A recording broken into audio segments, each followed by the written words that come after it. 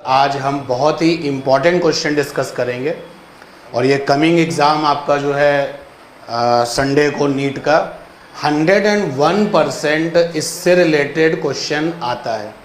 चलिए देखते हैं क्वेश्चन क्या है। इलेक्ट्रिक फोर्स, सभी जानते हैं इलेक्ट्रिक फोर्स को।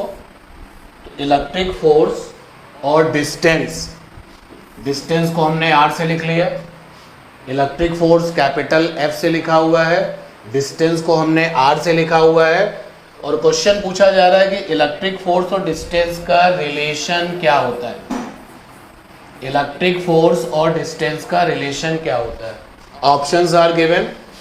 फर्स्ट ऑप्शन है इलेक्ट्रिक फोर्स और डिस्टेंस में रिलेशन होता है 1/r²।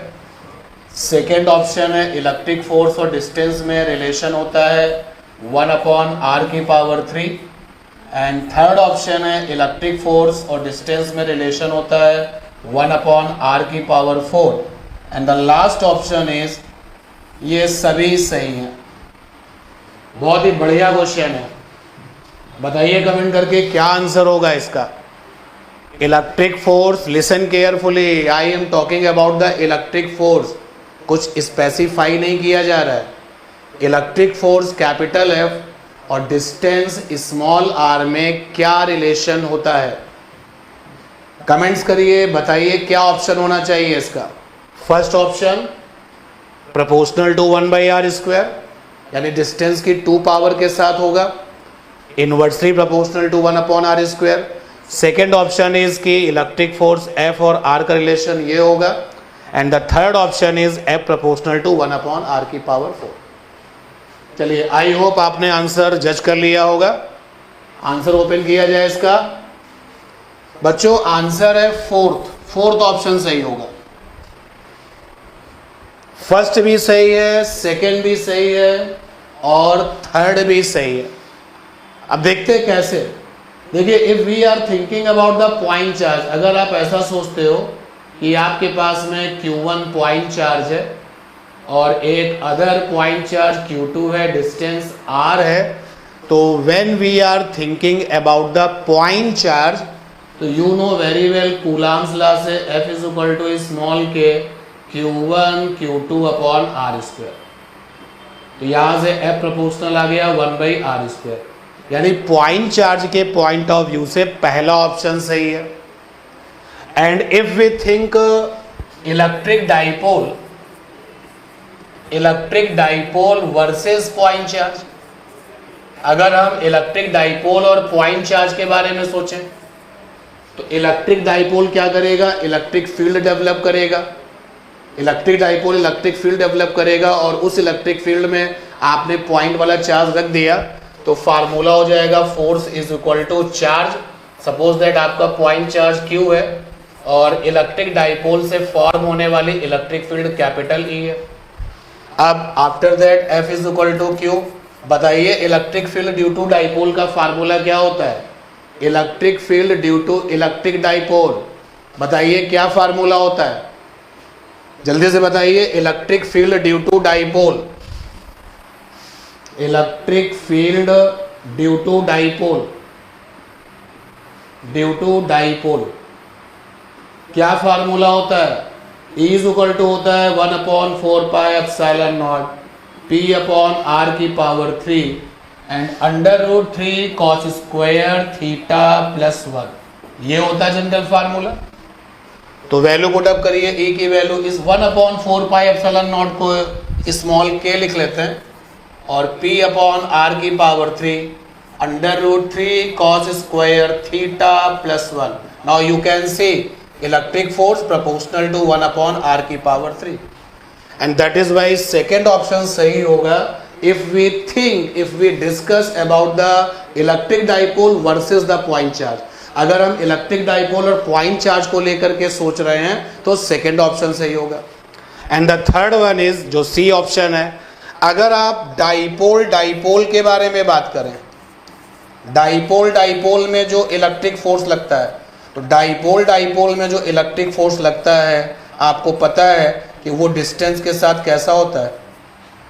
थर्ड ऑप्शन, अगर एक डाइपोल आपने लिया है, सपोज दैट एक डाइपोल ये है जिसका डाइपोल मोमेंट P1 है, और एक डाइपोल ये है, इसका डाइपोल मोमेंट P2 है, और इन दोनों के बीच में जो डिस्टेंस है वो R है।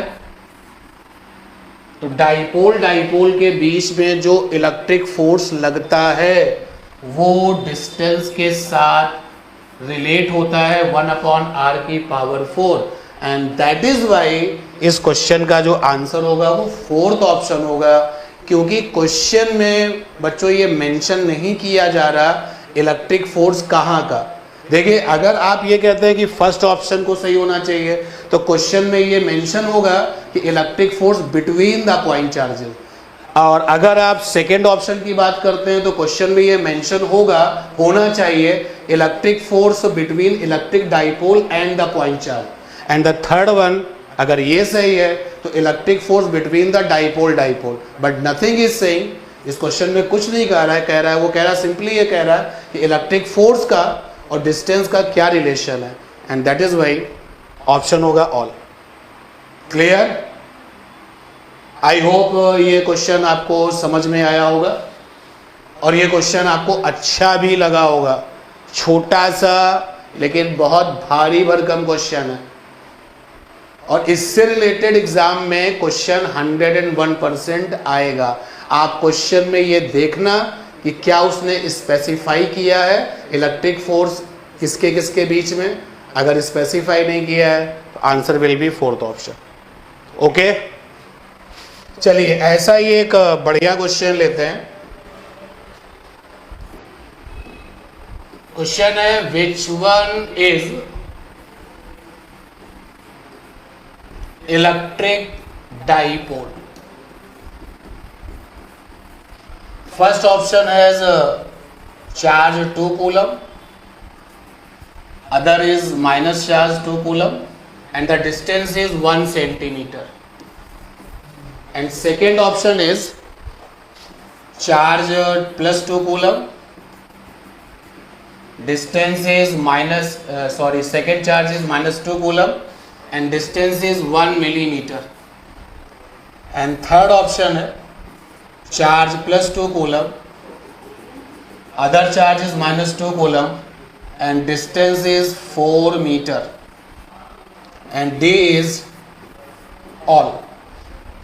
There are 4 options in front of you and question is asking कि इन options में बनने वाले डायग्राम को देखिए और डिसाइड करिए कौन सा इलेक्ट्रिक डाइपोल है।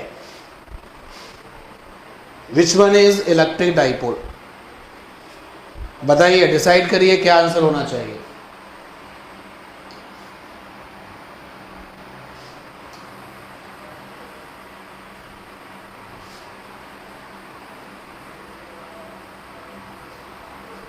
जल्दी, बहुत सिंपल लेकिन बहुत ही इंपॉर्टेंट क्वेश्चन है आपके सामने।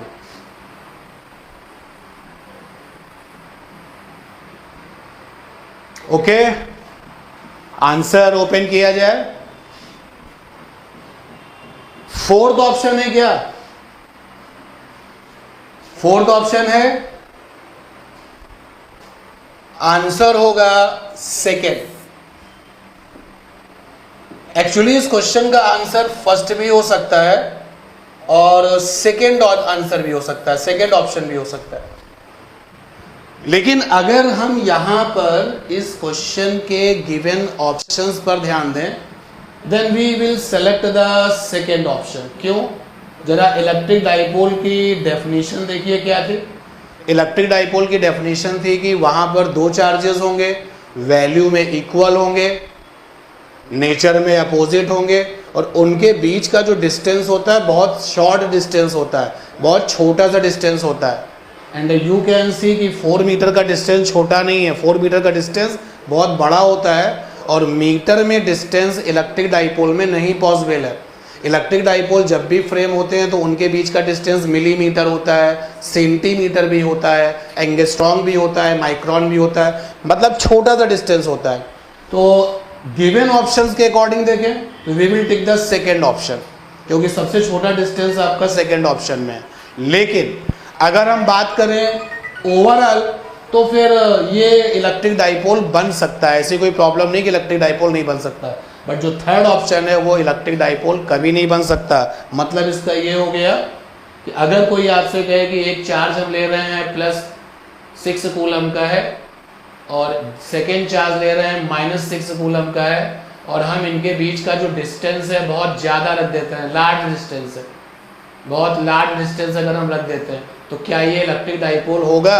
तो डेफिनेशन के अकॉर्डिंग कितनी बातें हैं, 2 चार्जेस होंगे, वैल्यू में इक्वल होंगे। तो यहाँ पर 2 चार्जेस हैं, वैल्यू में इक्वल है। डेफिनेशन कहती है दोनों का नेचर अपोजिट होगा, तो यहाँ पर दोनों का नेचर भी अपोजिट है। और डेफिनेशन का सबसे इम्पॉर्टेंट पॉइंट है वो क्या है, वो ये है कि दोनों चार्जेस के जो बीच का डिस्टेंस होगा बहुत छोटा डिस्टेंस होगा, वेरी शॉर्ट डिस्टेंस होगा। और इस शॉर्ट डिस्टेंस को हम और आप इक्विलिब्रियम डिस्टेंस भी कहते हैं, जो कि एक्चुअली बहुत छोटी डिस्टेंस होती है। तो इनके बीच का जो डिस्टेंस है वो छोटा होगा। प्रैक्टिकली अगर आप ये सोचें, ये पूछें कि सर कितना होगा, तो कुछ सेंटीमीटर हो सकता है, कुछ मिलीमीटर हो सकता है, कुछ एंगस्ट्रॉम हो सकता है, लेकिन मीटर नहीं हो सकता, किलोमीटर नहीं हो सकता है। ओके, आई होप ये क्वेश्चन भी आपको अच्छा लगा होगा। वैसे बहुत सारे कंसेप्चुअल पॉइंट हैं फिजिक्स में जो कि रोल प्ले करते हैं एग्ज़ाम में, कि आप अगर ज़रा सा भी उन कॉन्सेप्ट से इधर उधर हो गए तो आता हुआ क्वेश्चन आप गलत कर आते हैं। ठीक है, तो थोड़ा सा ध्यान रखिए, अच्छे से तैयारी करते रहिए। चलिए मिलते हैं नेक्स्ट क्लास में। Thank you everyone.